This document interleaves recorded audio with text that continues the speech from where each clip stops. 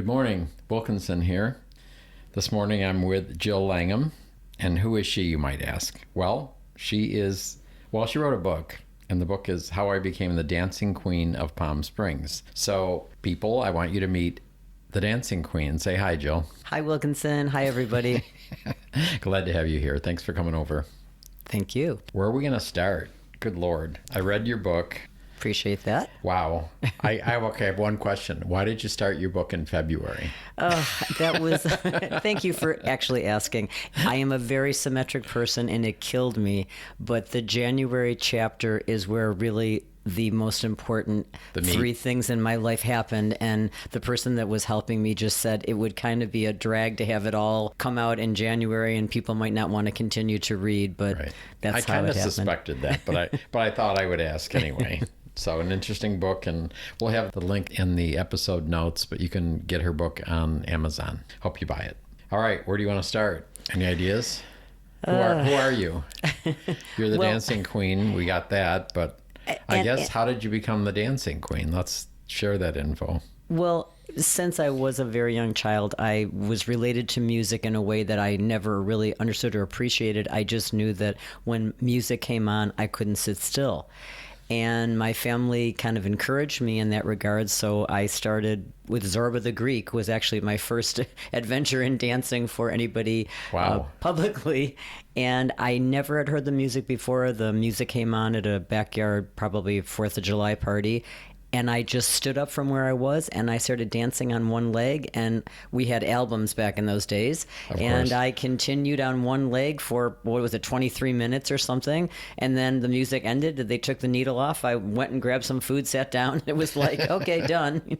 But truthfully, it was coming to Palm Springs and coming for the white party, that the dancer in me woke up again, and the response that I got from all you wonderful men around me encouraging me. Wonderful gay men. Thank you very much. Of course, I don't talk about anybody but gay men, but you're right. All right. I will make that very clear. We were at White Party, and I just have never been so well received in my entire life. And from that moment on, I was encouraged by the gay community to continue to dance, and I have done so for the last 17 years. And that was in 2005, correct? 4 or 5. I swear to God, I have some kind of... Well, your book says it's 05, so let's go with it because it's like a dyslexic thing with me at this point. Good. Thank you for reminding me. And the other thing I was wondering is, you mentioned it was in March. Did they have the white party was in March back then? Because it's April now. Actually, it used to only be on Easter Sunday. Easter Sunday weekend. So wherever that fell. Correct. And that must have been one year when Lent was like February 2nd or something. Yikes. So was it during the dancing you had your epiphany? Or no, it was 2 a.m. as I recall. You have a great memory. Were you sleeping or were you dancing when I was dancing? So 2 a.m. you're dancing. In the convention center with, they used to claim that 30,000 gay men came to Palm Springs. Now, were there 10,000 at the party? There were a lot of gay men, let's just put it that way. Right. And everyone was doing what everyone does at 2 o'clock in the morning, which is a lot of different things. And I was dancing because I was there for the music. And I heard what I thought was coming through the music, moved to Palm Springs and train gay men. And my husband had just gone to get us our last drink. It must have been 10 to 2 because the bar was still open. So I was by myself and I started looking around and everyone's still doing whatever they were doing. No judgment, of course. And I was like, what was Jeffrey Sanker, who was alive at the time, putting subliminal messages into the music? I really had no clue. Never been there before. When I heard it, Wilkinson, the second time, and I just got goosebumps right now. They're coming like in waves here. I said, oh my God, this is a message for me. And I stood there and if you were on me right now, you would say, she's got goosebumps everywhere. Right. It was incredible. It took a year for me to move here, but that is what stimulated my move to Palm Springs. You just mentioned something else, trainer. Oh, yes. Want to get to that later or what? Well, before we get into that, I have another question. Please. So do you get, so you said an epiphany is the word you used. Was that, do you hear little voices telling you stuff? Was it your knowing? I do a lot of energy work, so my guy would say, I'm coming into my knowing when I hear that kind of stuff. Well, But how do you look at it? It's an interesting question. I really felt like it was, I'm just going to use the voice of God. I am a religious person in that regard, that I believe in a higher power. I do call it God, call him God, whomever we are. But I also have learned to listen to that voice. So there were times in my life that I did not. But this one was just so spot on and so powerful. I could not hear it. At the point you heard that to the point you actually moved here, what was the time gap? It was 1 year. 1 year later? Actually, Okay. we moved May 25th, so it was a year and a couple months later. And I have never been more positive about something in my entire life. And from the moment that I came here, the doors, windows, whatever you want to call them, have been opening for me, just for me validating the fact that I needed to listen to that voice. And you get along with gay guys? Do I? We all know I was a gay man in another life or lives or whom. Oh, yeah. It's, Well, you know why? crazy. Did anybody tell you why? please. We want your high heels. Okay. Well, that's pretty simple. Just kidding. Yeah, okay. Is it like the Wicked Witch of the West? I've got to die before you can get him? No. Oh, no. So you moved here in, say, around 2006. Correct. So you've been here, what is that? My math is bad. 14 something. 14-ish, yeah, 15 ish, years. right. Okay. So Yeah. what's happened while you're here? I mean, Well- besides being the dancing queen at Oscars every Sunday, besides that. Well, just kind of reminding people, those who do know me and those who had known my ex-husband at the time, I was married at the time, so we separated in 2012 amicably, and amicably divorced, I will say as well. But my point being that up until he left, I didn't really know, were people responding to me? Were they just responding to this couple who was athletically inclined and didn't look our ages and didn't act our ages, if Right. that makes any sense? But it was after he left that I really began to appreciate that there was something in me that I seemed to be providing to others, that they meaning the gay community, you men, just encouraged me to continue to be myself, something that I had never felt comfortable being in any straight situations. It never worked for me. So the voice told you to train. Correct. So were you a trainer before you came here? I was. I had gotten my training certification in 1994, right at the same time that I had met who became I call him my second husband. We didn't marry, but we owned a business together. He was just opening his business, and I had the question of, will I become a trainer or will I work in the business with him? And I chose to work in the business with him. So in 2000, fast forwarding, when Steve, my ex, and I got together and we began training for bodybuilding shows, I'd been training myself for 25 years prior to meeting him with what I call no visible results. And within 6 months of training with him, I was able to do my first ever bodybuilding competition in Albuquerque, New Mexico, and I won the entire show.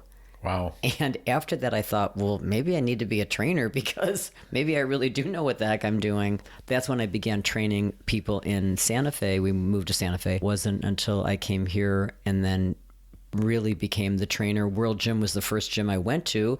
I could have easily gone to EOS or one of the other ones that are around, but something drew me to World Gym, and I've been a trainer there ever since. And I've trained more gay men than I ever have straight or any kind of women, whether lesbian or straight. Right. What were you doing wrong for 25 years when you said you had no results before you changed Everything. where you did? Pretty much I was overtraining. Okay. I was overdoing it on cardio. I was not eating enough because we all back in those days believed the less you ate, the less you weighed. I also did not have a balance of hormones, female hormones in my body. Again, why I think I really was a gay man some other time. Really, it wasn't until I went into menopause when they check your levels that they said you have like no female hormones, a tiny bit of testosterone, and the only thing left in you is progesterone, and I don't think you're having a baby anytime soon. So it was like, no wonder nothing worked on me. Wow. And I also, for those that have read some of my things online, I had an undiagnosed thyroid condition.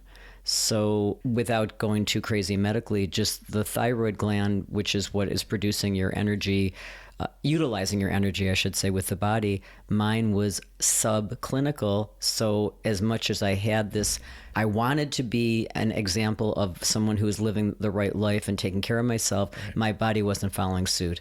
So I was holding on to all this fat on my body, frustrated out of my mind, but that's how the training. So you were fat? I was. Because I can't picture this. Well, there is a picture at World Gym if you ever want to see. I never weighed a lot in terms of pounds, but because I suffered so significantly with inflammation, I looked swollen all the time. I looked like I weighed 20 pounds more than I did.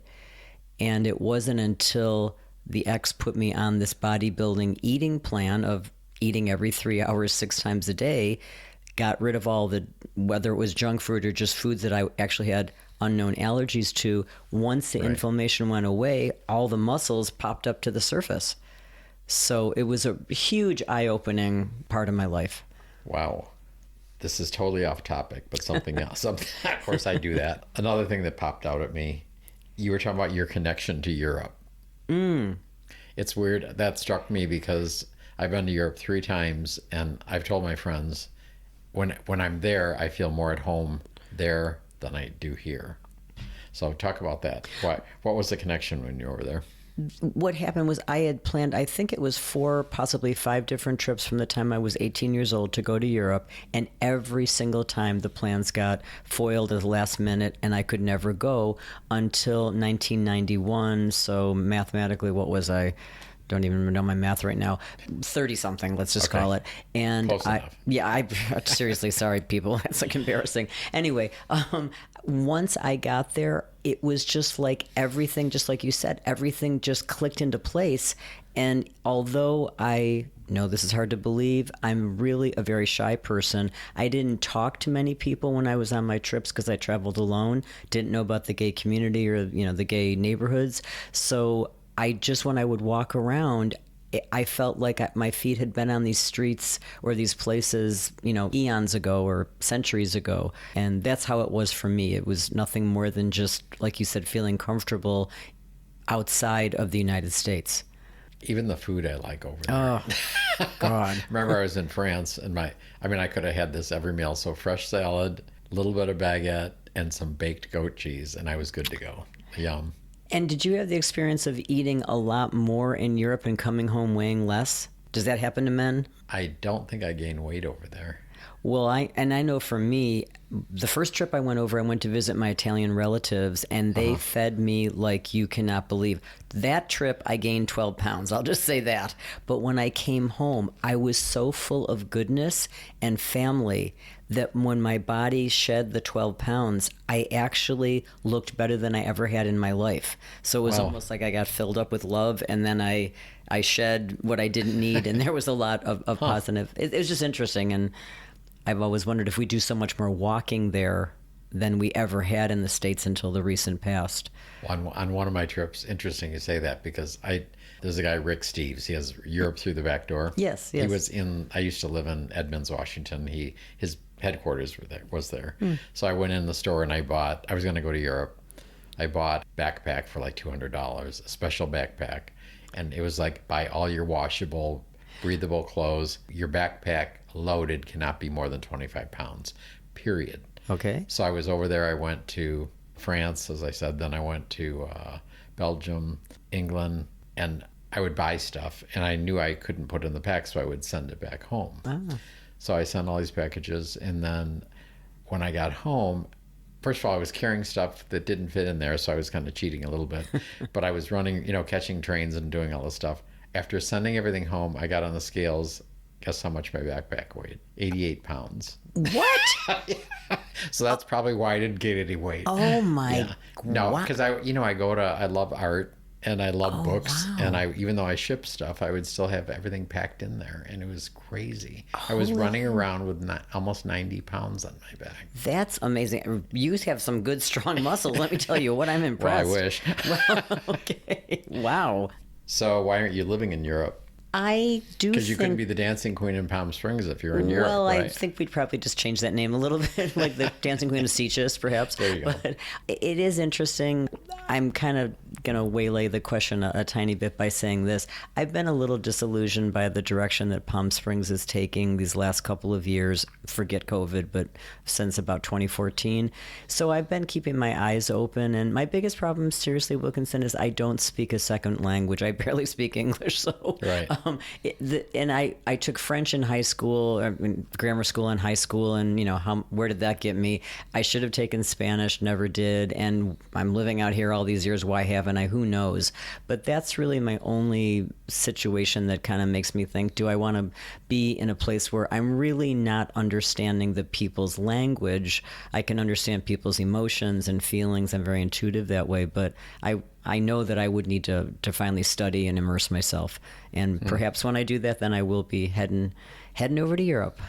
Well, I've never been there, but I've heard a lot about Portugal. I was lucky enough to be there in 2019, right before the whole COVID thing started, and went to Lisbon and blocking. They speak English a lot, They don't really they? do. No, they do it. You wouldn't have So a you probably problem. would be okay-ish there if you're not in some small town somewhere. Right? Totally. And actually, I don't know if you've been to Sitges as well, but outside of Barcelona, they also, I mean, genuinely, people all over the world right now are speaking English, but when people really get into it, they go right back to their original language. And, as they say, lost in translation, there really is a lot. But I think I'd feel very comfortable in a place like Portugal or in Spain someplace. But we'll see. We'll see if Palm Springs can rise up again. Hopefully. I hope. I'm probably thinking about maybe making a change, but maybe for different reasons. So. Interesting. But another line that struck me in your book, you said, life is really interesting when you pay attention. Well, that's interesting when my do not disturb is on. How about that? Sorry, people. Anyway, what was I saying? Oh, life is really interesting when you pay attention and your phone is really not off and it's supposed to be. I think for myself that, and I do a weird thing with letters, so I'm just going to say this right now. So pay attention is P and A. And when I was in nursing school, A and P stood for anatomy and physiology. So I always thought if you're not paying attention to your anatomy and physiology, you're going to end up accident prone, which is the other AP. Right. So I feel that for so much of my life, I was actually mute. I was a listener. And the people that know me here are like, oh, she's talking all the time and she's writing. And that was not me. I was 50 years a listener. Grew up with the old children should be seen and not heard, and I just continued to be that person. But it allowed me to pay attention to a lot of things that others have missed. So that's really where that sentence in my book kind of came from is, are you paying attention to, your behaviors, people's reactions, body language, the messages your body's sending you, those kinds of things. So that I believe that's what I was referring to in that statement. Sounds good. I'm going to make another left turn. Okay. Can we talk about your mother? Oh, absolutely. I didn't write notes on this, but I'm blanking out. So the rings that came to you, were they from your mother or were they? They were actually my mother's wedding ring, my father's wedding ring, and my grandmother's engagement ring. Tell that story. Okay. That's a cool story. I was supposed to be left those when my mom passed away, and I had actually forgotten. It was so long ago that she had promised them to me, and I'm not really much of a jewelry person, so I didn't really think about it. And right now, forgetting exactly what year it was, my sister and I were on the telephone, and I said something like, gosh, I really wish I had something of Mom's. And she said, oh, it's a shame that those rings got stolen. And I was like, rings? What? And then she said, remember the engagement rings, etc. And I'm like, oh my God, what happened?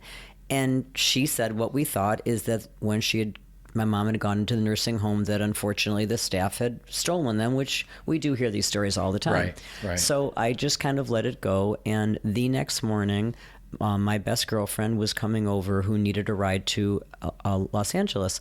When I opened the door to have her come in, she was on the telephone, and she walked in and she kept signaling to me, like, I've got something to tell you. And of course, I was waiting for her to get off the phone. Anyway, she walked in wearing this adorable jean jacket. And when she hung up the phone, I just said, "Oh, Giselle," I said, "that jacket, I'm so envious." I said, "I've never looked good in a jean jacket. I keep buying them and they all look terrible." She goes, she goes, "You gave me this jacket." I'm like, "What are you talking about?" I said, "I've never seen that thing before in my life." Long story short, when my mom was moving to the nursing home, we went through her clothing. I found, evidently, this jean jacket, thought it was really cute, brought it back to Palm Springs with me, never wore it. When I was moving out of my ex's home into my own, had a big garage sale, and she came over to buy all my jean jackets. Okay, great.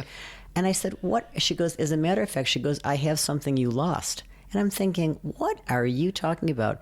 She opens her hand. She has her hand toward me. She drops these 3 rings into my hand, and I'm like, "These don't belong to me." I said, "These look like something your mother..." Whoa. And I went, oh my God. And I have goosebumps again. Right. These are the rings I am wearing right now on my hand. We both started sobbing. And then she said, this is the last little part of the long story. She said, "You're never going to believe this." She said she herself was moving, and simultaneously her youngest kid came home with what a ring room, whatever kids are getting in school. I'm totally blocking the name of it right now. And the instructions from the school was you got to wash all your clothes in a certain temperature and in big, industrial dryers and washers. She put the jacket in, had no idea they were in the top pocket that actually was buttoned down. Thank goodness these buttons still work. Right. She had to put it through the washer and dryer twice. And she said it wasn't until that morning, she was talking on the phone earlier, when she just kind of felt, and she said, "What is this?" and pulled them out. They'd been in there now for like 4 years. Oh, wow. So talk about somebody talking from the grave. I mean, it's an incredible story. Thank you for asking me about it. I sometimes forget It was a really cool story. It was a beautiful moment in my life. You talked about another one that's probably more sensitive, but you apparently... Was it a repressed memory that came back where you had been abused? Correct. And you tried to tell her about it, and her response wasn't exactly what you wanted, right? No, it wasn't. I put myself into a 30-day program thinking that I had been sexually abused by a babysitter. And they have the thing called Family Week that last week when you're in treatment. Right. And when she came in, my mom had this real evil eye type of thing. And she was a little less than happy to see me. I could just tell, like, my energy was really weird, and hers was even weirder. And she kind of turned, little head turn, put the evil eye, and she said, "Just be very careful what you're about to say," basically was her response. Wow. And I knew in that moment, like, oh boy, this is never going to go the way that I had hoped that it would. However, the people at the facility were incredible, and they really opened my eyes to how defensive my mother was, and that I was never going to get from her what I actually needed, and that I was really capable of taking care of myself. So it was a huge blessing in a strange packaging. I think it brought up a memory for me because I think it was like 1989. I'd been in therapy. I was married at the time, but I went back east to visit my parents in Virginia. My mother used to be an underwear model before she met my father, and then she became a radio preacher. Whoa, okay. So that's where I come from. So very, very strict religious stuff like that. Well, there was stuff in my life as a kid that I wanted to talk about, and it was similar to what you wanted something from them, right? Mm-hmm. So I went, and of course, in my family, any holiday, my siblings would be there. We'd talk about the weather, antiques, food. That's all we talked about. Nothing of substance at all. Right. Finally, everybody leaves. I'm on the floor. Our family photo album was a green metal bread box, one of those old bread boxes. Right. And everything got thrown in there. Right. Photos, birth certificates, whatever. So I'm sitting there. I have it all spread on the floor. And I went trying to start a conversation. And I say to them, when I look at these photos of when I was a kid, my stomach starts churning. Now, my parents were anti-psychology, anti-therapy, you name it, they were anti. And it's like, so basically she told me, don't go there. Of course, the Christian background, it's all covered by the blood, Jesus. So don't talk about anything. So being persistent as I am, I said, okay, let's do an example. I say, and I hope this isn't sensitive to you, but I said, okay, if a girl is raped when she's younger. God can do wonderful things in her life, but she needs to deal with that at some point. Yes. And my mother sits up on her chair. She called me Jimmy at the time. And she goes, Jimmy, I was raped several times as a young girl, and I'm fine. Which Breaks told my me heart. a whole lot. Yeah. So, and my parents are really the only ones I did not come out to when I came out in 1999. Wow. Because I knew on some level that I wasn't, well, first of all, they were elderly, they were ill, they were on the East Coast, and they were super religious. Maybe I miscalculated. However, I figured I'm not going to get really what I want, which is just to be accepted for who I am. Absolutely. And so they're the only people I didn't come out to. Wow. But this is your story, not mine. Well, no, but you know what? It's all. This is part of why I feel so comfortable with the men of the gay community. So many different things. Never feeling accepted by my family, feeling like the black sheep, never being accepted by straight people, because I've always been different. And the different happens to be just this energy that I have and this, whatever it is you might see, I let you decide what that is, but I'm not like a lot of other people. I never fit in, I never belonged. So just that in itself, it's like, oh my God, my tribe is here. I don't have to over explain, even though I am right now, but I mean, we speak the same language, and that's why it's so meaningful for me to be here. The role that it seems that I've played is, I call it kind of a consigliere type thing. People are constantly confessing things to me that they'll say, I've never told this to anybody before in my life.